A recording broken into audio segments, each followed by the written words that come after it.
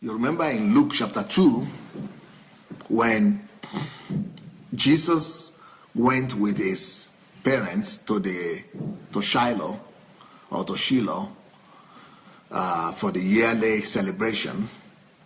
He was 12 years old, and something happened. We all know what happened. He got lost, and his parents were very particular about that, and they were concerned. And then, when they found him, he kind of like, if to think about it in our modern day thinking, we would say he was nonchalant about it. It was like he was not taking it serious. He would say, don't you know I must be about my father's business? Now, that incident that happened with Jesus, it's not just an incident. It was with a purpose. So for a thinking person, everything is for a purpose. Everything is done with an intention in heart.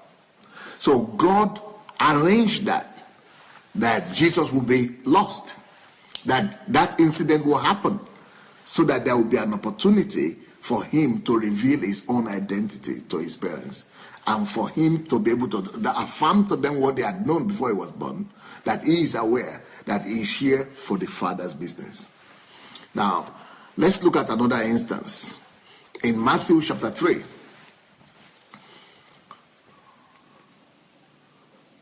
John the Baptist was baptizing people at the Jordan. And in the process of his baptism, Jesus walked up to him to be baptized.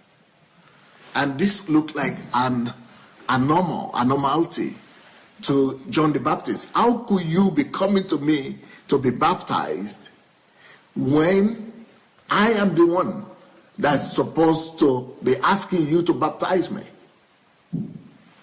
Why did that happen? It's because of this principle we're talking about today. And the principle is that God is a God of purpose. God is a God of purpose. Jesus is a God of purpose. Everything you see in the Bible, after I finish this particular teaching with you today, you will begin to read your Bible differently. The Bible is going to be different to you. You are going to be seeing things that you had never seen in the Bible before. You will discover that, for example, when you just know this one principle, that God is an intentional God, that God is very purposeful, God is very intentional. And everything you see in the Bible, there is nothing there that is happening by accident. So even that situation when Jesus needed to go for baptism, we could see the purposefulness of God. When Jesus was challenged, his answer showed us the purposefulness of God. And how do we see that? Because he said, let's follow all righteousness. We must observe all righteousness. That it must be so that you will baptize me today just to observe all righteousness. Which means it was intended. That was the original intention in the heart of God. It means that is the purpose of the Father. It means that is a righteousness. It is the right order. It is an order that must be observed. It is an order that must be observed. So he said, don't worry about your culture or your traditions or your previous understanding, thinking that, you are the greatest. How could I be the one to baptize you? So if you look at that story, you will see that there was an intention there. So what does that tell you about God? It tells you that God has planned everything. God doesn't allow just anything to happen without an intention, without an intent, without a purpose, without a premeditated goal, reason, aim, mission. Let's look at another story in the Bible. Do you remember the incidents when Jesus went with his mother to the wedding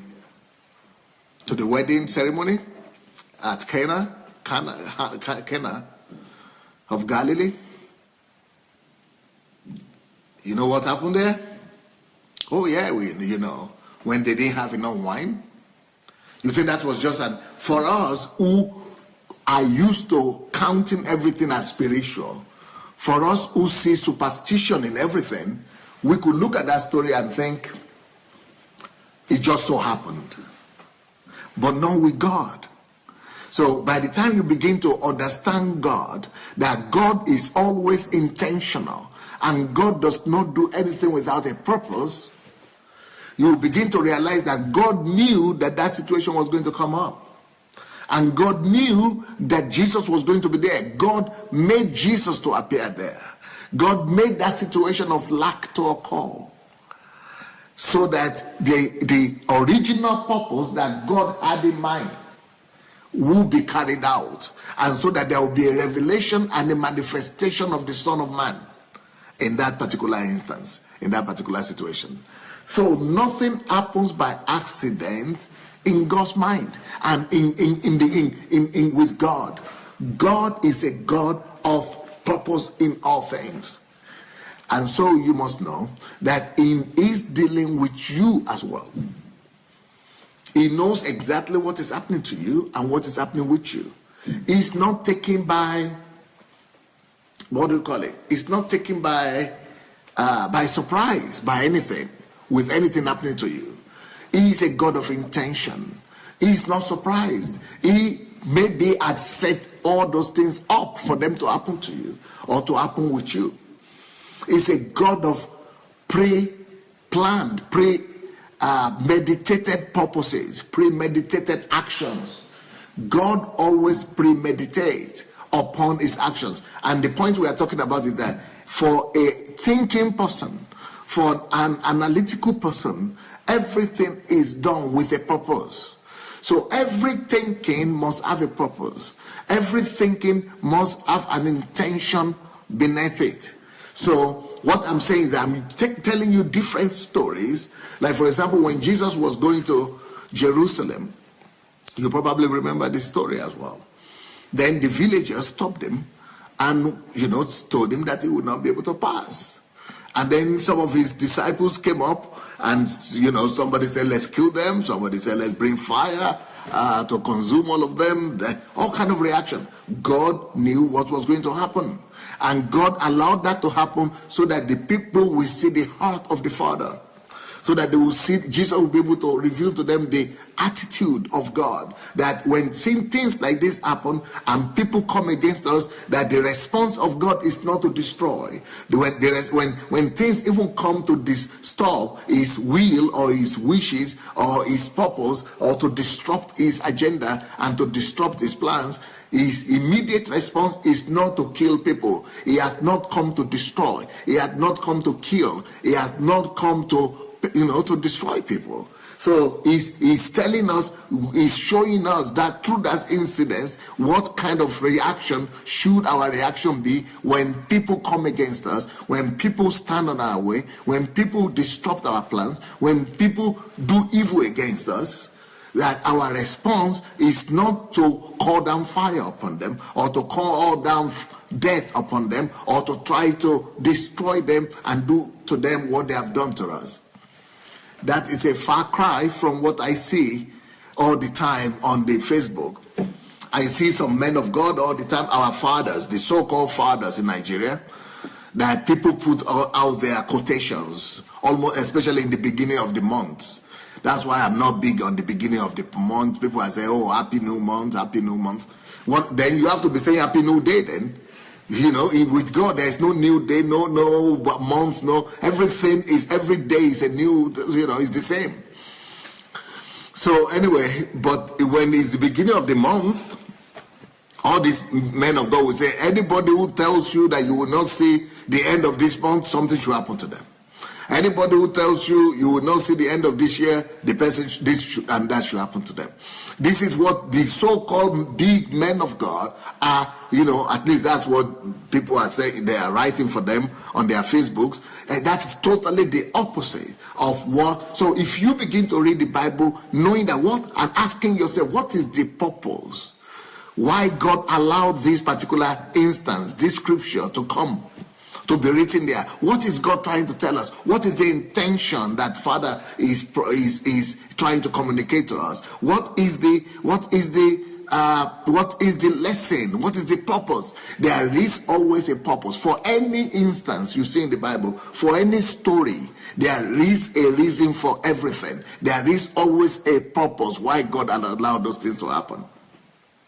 So in that case, when Jesus would not allow the disciples to call down fire, you remember the two brothers, right? John and James. They wanted to call the fire. That's why they were called the sons of thunder. They wanted to call the fire and wanted to let Jesus use his authority. Yes, Jesus had the authority. Jesus had the power. He had the authority to be able to destroy that whole village. But he would not do that, because then he would be giving us the wrong message. He would be leaving us with the wrong example. But he therefore gave us the right attitude that we must have. When people come against us, we don't come against them in the flesh. We don't react in the flesh. We don't do evil to people because they do evil to us. We reward them with good. We overcome evil with good. We overcome evil with kindness. And that's what Jesus did. So Jesus just said, okay, if they will not allow me to go to Jerusalem through this way, let's go and take another way. Let's go and take another path. And that's what he did. You also remember the instance with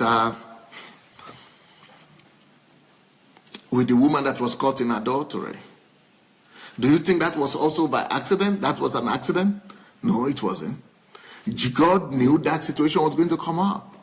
And God also allowed that situation, that response of Jesus to be displayed through that kind of situation. So that when we see people who falter, when we see people who fail, when we see people who go or who do something beyond or beneath our expectation, and they fail or they fall or they sin, that we shouldn't point fingers at them, and we shouldn't throw stones at them, and we shouldn't hate people, and we should not kill people. That we should be coverers of brothers. We should be people who cover for people. We are not denying the wrong they did. We are not covering the wrong they did. Jesus was not covering the sin of this lady. He was not saying it doesn't matter, but he was covering for the person. So we see that everything that you read about in the Bible has a purpose behind it. Everything that you read in the Bible, Old Testament, New Testament, there is a purpose behind everything. If you have been watching our videos and maybe you enjoy them, maybe you don't enjoy them, but still, we need you to help us spread the word. And for that to happen, we only need you to take 5 little steps. Please help us spread this word by liking the video. Then, if you have not yet subscribed to our channel, please go ahead and subscribe to the channel. We also need you to press the notification button. And the way to do that is to click on the bell. You see the bell there? Click on it. Then, of course, leave your comments. Let's know what you're thinking about each video. And finally, we need you to go and share the word. Share this video on your Facebook timeline, on your Instagram, and every other platform that you have. All right? Let's win the world for Christ. Thank you so much. Peace.